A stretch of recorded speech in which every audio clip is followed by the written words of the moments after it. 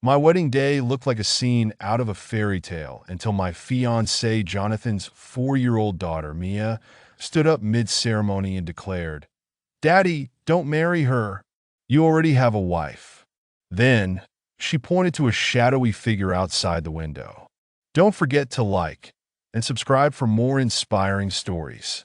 I always dreamed of a wedding day filled with joy, love, and excitement.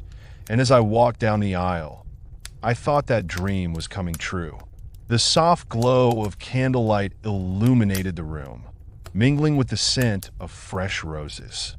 Jonathan stood at the altar, looking as handsome as the day we met. It had been 3 years since we first crossed paths at a friend's barbecue. I wasn't looking for love, but Jonathan's warmth and easygoing nature pulled me in. What began as casual conversations about work and books soon became long evenings filled with laughter. We clicked instantly, and within months, I couldn't imagine my life without him. One evening, not long after we started dating, Jonathan dropped a bombshell over dinner. "Abigail, there's something you need to know," he confessed. "I have a daughter. Her name's Mia, and she's 4. I need you to think about whether you're ready for that. Because if this doesn't work for you, I'd rather know now." "A daughter?" I echoed. "You have a daughter?"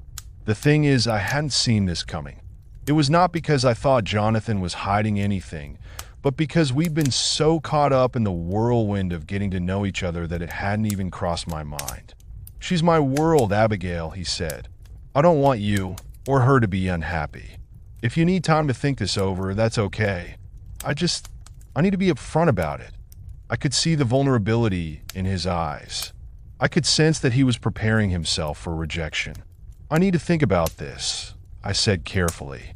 "Not because I'm unsure about how I feel about you, but because I want to be sure I can give her, and you, what you deserve. That's all I can ask. Take your time." Over the next few days, I couldn't stop thinking about Jonathan's words. I pictured a little girl with Jonathan's warm eyes and wondered what her life had been like. Would she welcome me? Or would she see me as an intruder? Was I ready to take on the role of a stepmom? When I finally made up my mind, I asked Jonathan to meet me at our favorite coffee shop. As he sat down, I took a deep breath and said, "Jonathan, I'm in this for the long haul. If Mia is part of the package, then I want to meet her." "Thank you, Abigail," he smiled, feeling absolutely relieved. "That means the world to me. When can I meet her?" I asked. Jonathan chuckled. "How about this weekend?" he suggested. "She's been asking about you ever since I told her I was seeing someone."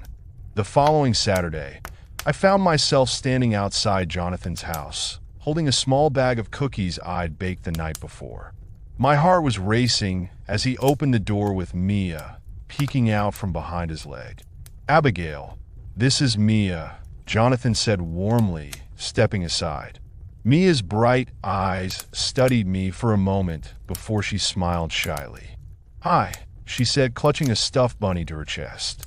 "Hi, Mia," I replied, kneeling to her level. "I made these cookies for you. I hope you like chocolate chip." "I love chocolate chip," she exclaimed, taking the bag from my hands. From that moment, the ice was broken. Within minutes, Mia was showing me her favorite toys, dragging me to her playroom, and peppering me with questions. Jonathan watched us from the doorway, and his face told me he was super happy. "She likes you," he said later that evening as Mia dozed off on the couch. "I like her too," I said, smiling. "She's incredible, Jonathan." So, while becoming a stepmom wasn't something I had ever imagined for myself, I couldn't deny that Mia had already claimed a piece of my heart. When Jonathan proposed a year ago, Mia had squealed with delight.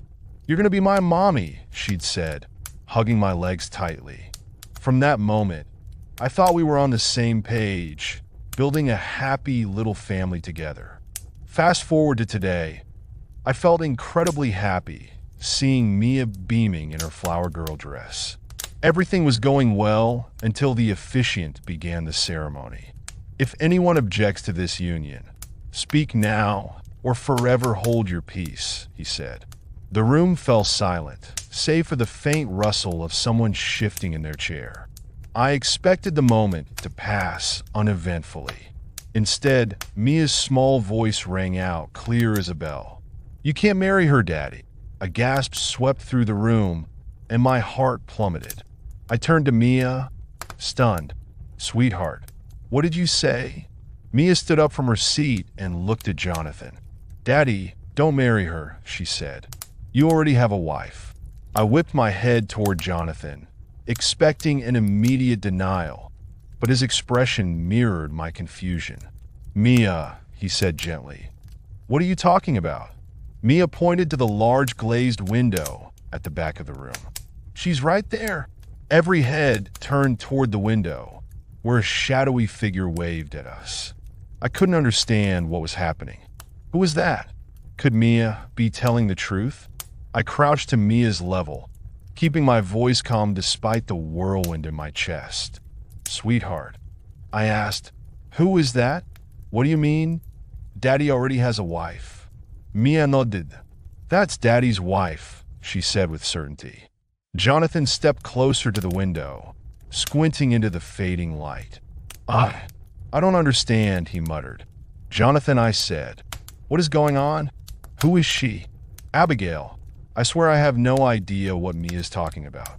"Mia," he said, crouching to her level. "Sweetheart, who is that outside?" Mia tilted her head, her expression serious but calm. "It's your wife, Daddy. She came to the wedding." I heard everyone gasp in harmony. "Jonathan, is there something you haven't told me?" I asked. "Abigail, no. I don't. Just let me see who that is," he said before walking away from the altar. My heart pounded against my chest as I stood there. The murmurs in the room grew louder as he stepped outside and closed the door behind him. Through the window, I could just barely make out Jonathan speaking to the figure. I watched as his body language shifted from tense to, was that amusement? I turned to look at Mia, who was now sitting calmly as if she hadn't just turned the entire ceremony upside down. Minutes later, the door creaked open and Jonathan walked back in, smiling. Beside him was a familiar face. It was Danny, Mia's former nanny, holding something in her hands. My confusion deepened. "Danny," I exclaimed, my voice rising slightly. "What are you doing here?" Danny stepped forward, her own grin matching Jonathan's as she held up a pink teddy bear. "What is that supposed to mean?" I asked, glancing between the two of them. Jonathan chuckled, shaking his head as though he couldn't believe the situation himself. "Abigail," he said, motioning to the bear, "meet Mrs. Fluff." "What?" I asked, feeling even more lost than before. "Mrs. Fluff," Jonathan said, glancing at Mia. "When Mia was 3, she decided this teddy bear was my wife. It was this little game we used to play where she'd marry me to the bear and we'd all laugh. I haven't thought about it in years." Mia clapped her hands, delighted. "She's your wife, Daddy. You can't marry Abby if you're already married to Mrs. Fluff." Danny laughed, clearly trying to suppress her amusement. Mia's been watching prank videos on YouTube. She wanted to pull a wedding surprise, and well, I couldn't resist helping her. The room erupted into laughter as Danny finished her explanation. Guests who had been whispering in confusion moments earlier were now wiping tears of mirth from their eyes. I looked at Mia, who was smiling. "Mia," I said, fighting the urge to both laugh and scold. "Do you know how scared you made me?" "It was funny, Abby." Jonathan scooped her up, shaking his head in amusement. "Young lady," he began, "you've got a lot of explaining to do." Mia giggled, wrapping her arms around his neck. "Daddy, you're not mad, are you?" Jonathan kissed her forehead and sighed. "How can I be? But no more pranks at weddings, okay?" "Okay," Mia said sweetly, though the mischievous twinkle in her eyes made me wonder just how long that promise would last. I turned to Danny, who was leaning casually against the wall, clearly enjoying the chaos she'd helped create. "Danny, you're lucky this turned out to be funny."